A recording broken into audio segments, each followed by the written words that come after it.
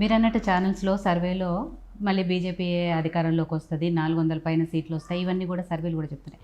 కానీ ఇదంతా బీజేపీకి ఎక్కడ కలిసొస్తుందంటే అవతల ప్రత్యర్థి కాంగ్రెస్ పార్టీకి సంబంధించిన ముఖ్య నాయకులు రాహుల్ గాంధీ గారు వీళ్ళందరూ కూడా వాళ్ళు కొంత వెనకబడి ఉండటం వల్లే బీజేపీకి అది కలిసొస్తుంది తప్పితే బీజేపీ స్వతహాగా చేసింది ఏమీ లేదు అనే దానికి ఏం చెప్తారు? ఇప్పుడు వాళ్ళు వెనుకబడడానికి మేమైతే కారణం కాదు. మీరు ఎట్లుండాలనేది మీరు నిర్ణయించుకోవాలి. మీ పార్టీ ఎట్లుండాలో మీరు నిర్ణయించుకోవాలి. మీరు టికెట్లు ఎవరికి ఇవ్వాలి, వాళ్ళు మీ పార్టీలో ఉండాలంటే మీరు ఏం చేయాలనేది అది మీ పార్టీ విధానం. మీరు కూడా బలపడాలని మేమే పనిచేయాలా? మా ప్రత్యర్థి పార్టీలు కూడా గట్టిగా ఉండాలని మమ్మల్ని పని చేయమంటే చెప్పుర్రి. కొంతమందిని అద్దెకిచ్చి పని చేపిస్తాం. మరి ఇది ఎక్కడ అన్యాయం తల్లి? వాళ్ళకి చేతనైతే లేదు. వాళ్ళ కుటుంబం వాళ్ళ పార్టీ వాళ్ళు నడుపుకోలేకపోతున్నారు. ప్రజల యాక్సెప్టెన్స్ని పొందలేకపోతున్నారు. దానికి మా తప్పెట్లయితుంది? ప్రత్యర్థి బలహీనంగా ఉన్నాడంటే మేమేం చేసినాం? మాకేం సంబంధం ప్రత్యర్థి బలహీనంగా ఉంటే? మీకు చేత కాకపోతే, మీకు డబ్బులు సంపాదించుకోవడం రాకపోతే, మీకు పని చేయడం రాకపోతే, మీరు ప్రజల్ని కన్విన్స్ చేయలేకపోతే, మీ నాయకత్వం మీద ప్రజలకు విశ్వాసం లేకపోతే దాన్ని కూడా భారతీయ జనతా పార్టీ కారణమా? కాదు కదా. మీరు చెప్తున్నట్టు ఈ 370 ఆర్టికల్ ఇవన్నీ ఎంత గొప్ప విషయాలైనా బీజేపీ చేసినవి మణిపూర్ సంఘటనలు లాంటివి కూడా మాట్లాడుకోవాల్సిందే కదా. ఏం జరిగింది మణిపూర్లో? మణిపూర్లో జరిగిన అల్లర్లు అక్కడ డబుల్ ఇంజన్ సర్కారు ప్రతిసారి మీరు అంటున్నారు. అక్కడ ఉన్నది కూడా మీ ప్రభుత్వమే కదా. ఇప్పుడు రెండు తెగల మధ్యన ఉద్దేశపూర్వకంగా కొంతమంది వైషమ్యాలను పెంచినప్పుడు జరిగినటువంటి ఒక దురదృష్టకరమైనటువంటి సంఘటన. ఆ అల్లర్లు చల్లారడానికి కొంత సమయం పట్టినటువంటి మాట వాస్తవం. కొంత ఆస్తి నష్టం, కొంత ప్రాణ నష్టం జరగడం అనేది బాధాకరమైనటువంటి విషయం.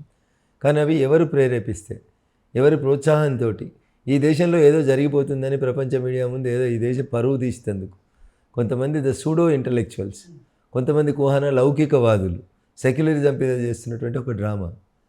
మణిపూర్లో ఏం జరుగుతుంది, ఎందుకు గొడవ వచ్చింది, ఈ పెద్దలందరికీ తెలియదు అంటారా? అందరికీ తెలుసు.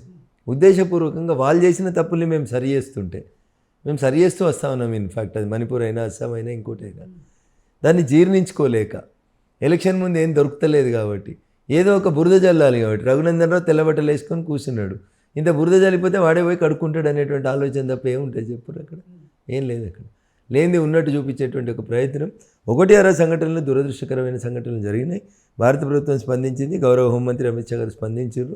లా అండ్ ఆర్డర్ని కంట్రోల్లో పెట్టేందుకు శతదా భారత ప్రభుత్వం ప్రయత్నించింది తప్ప ఎక్కడ యాంటీ సోషల్ యాక్టివిటీస్ని ఎంకరేజ్ చేయలేదు, చెయ్యం కూడా భవిష్యత్తులో. ఇప్పుడు దేశవ్యాప్తంగా ఇంకొక చర్చ నడుస్తుంది ఎలక్ట్రల్ బాండ్స్ గురించి. ఏదైతే బీజేపీకి సంబంధించిన ఎలక్ట్రల్ బాండ్స్ ఉన్నాయో వీటన్నిటిని కూడా ఒక గోప్యంగా ఉంచడము, లేకపోతే ఇదంతా కూడా బీజేపీ సర్కార్ కావాలని చేస్తుంది అనే ఒక ప్రచారం కూడా నడుస్తుంది. సో బాండ్స్ గురించి ఏంటి అసలు ఇష్యూ?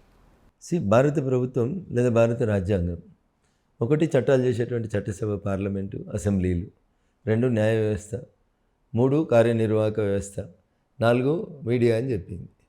సో వీటి మధ్యలో ఒక సన్నటి గీత ఉంటుంది. ఎవరు ఆ గీత దాటినా మంచి పద్ధతి కాదు.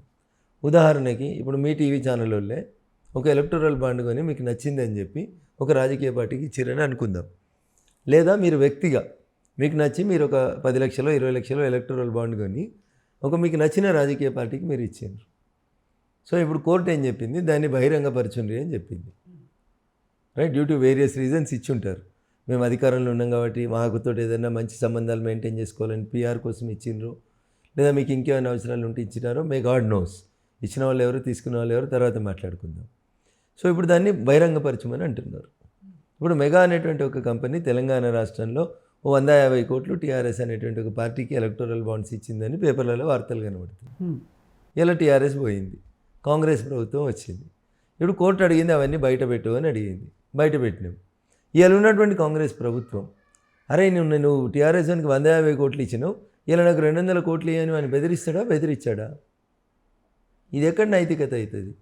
కొన్ని విషయాలలో గోప్యత ఉండాలి, కొన్ని విషయాల్లో పారదర్శకత ఉండాల్సిందే. అందుకనే చెప్తాను, ఒక సన్నని గీత ఉంటుంది వ్యవస్థకు మధ్యలో.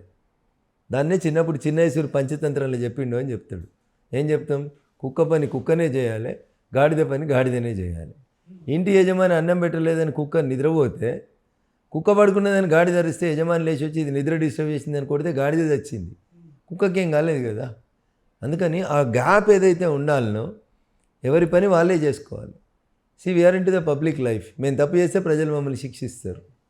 సో ఎలక్టోరల్ బాండ్స్ అనగానే ఏదో కుంభకోణమని ఏది పడితే అది మాట్లాడుతూ ఉన్నారు. ఎవరికి నచ్చిన పొలిటికల్ పార్టీకి వాళ్ళు ఇచ్చుకున్నారు. టీఆర్ఎస్కి రాలేదా, వైఎస్ఆర్సీపీకి రాలేదా, టీడీపీకి రాలేదా? మరి దేశంలో ఒక చిన్న రాష్ట్రానికి పరిమితమైన తృణమూల్ కాంగ్రెస్ భారతీయ జనతా పార్టీ తర్వాత 2వ స్థానంలో ఉంది డొనేషన్స్లో. How you will comment it? ఎట్లా చూస్తారు మీరు దాన్ని చెప్పండి.